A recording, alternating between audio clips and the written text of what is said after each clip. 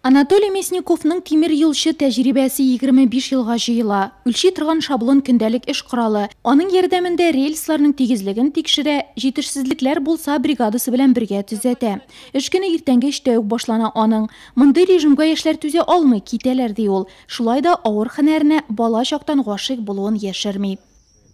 Я и вырос на железной дороге. Мин тимир юлында үстем дияргә була. Безнең йорт яныннан тимир юл веткасы уза иде. Урамыбыз да железнодорожный исемен йөртте. Бала чактан паровозларны күзәтергә, юлчыларның эшен карарга яраттым. Бәлки шуның эчендә бу эшкә килгәнмендер. Хәзер 2 улымны да бу һөнәргә тарттым.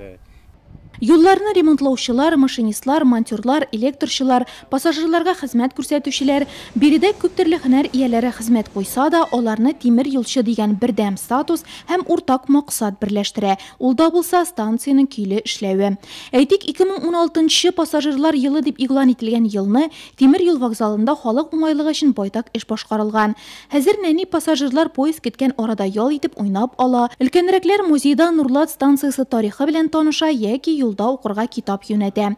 Сәяхәт итүче китапханәдән алган басманы теләсә кайсы шәһәр вокзалында шундый ук китапханәдә калдырырга була. В летнее время увеличивается пассажиропоток. В настоящее время Җәйге чорда пассажирлар саны күбәя. Хәзерге вакытта без көненә 100-110 кешегә хезмәт күрсәтәбез. Аларны Мәскәү, Чиләбе, Адлер, Пермь, Нижневартовск һәм башка юнәлешләр буенча җибәрәбез.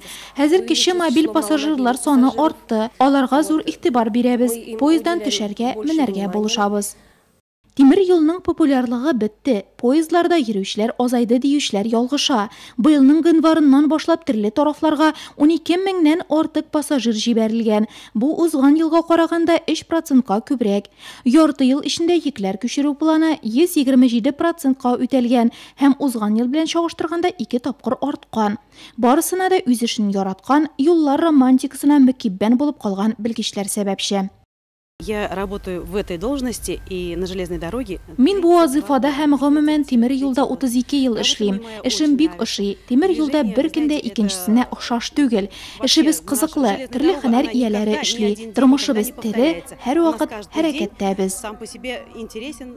6 августта тимир юлчыларның һөнәри бәйрәмнәре. Стратегик әһәмияткә ия булган тармак, клиентларга яраклашкан сәясәт, яңа эш алымнарын булдырып, киләчәккә үсеш юнәлешләрен барлый. Яңа сервислар кертелә, технологияләр камилләшә. Хочу поздравить всех железнодорожников с Барлык тимир юлчыларны һөнәри бәйрәмебез белән котлыйм. Аларга нык сәламәтлек, бәхет, уңышлар телим. Авыр эшләрендә булышучы гаилә әгъзаларына да ихлас теләкләр җиткерәм. в их нелегком труде.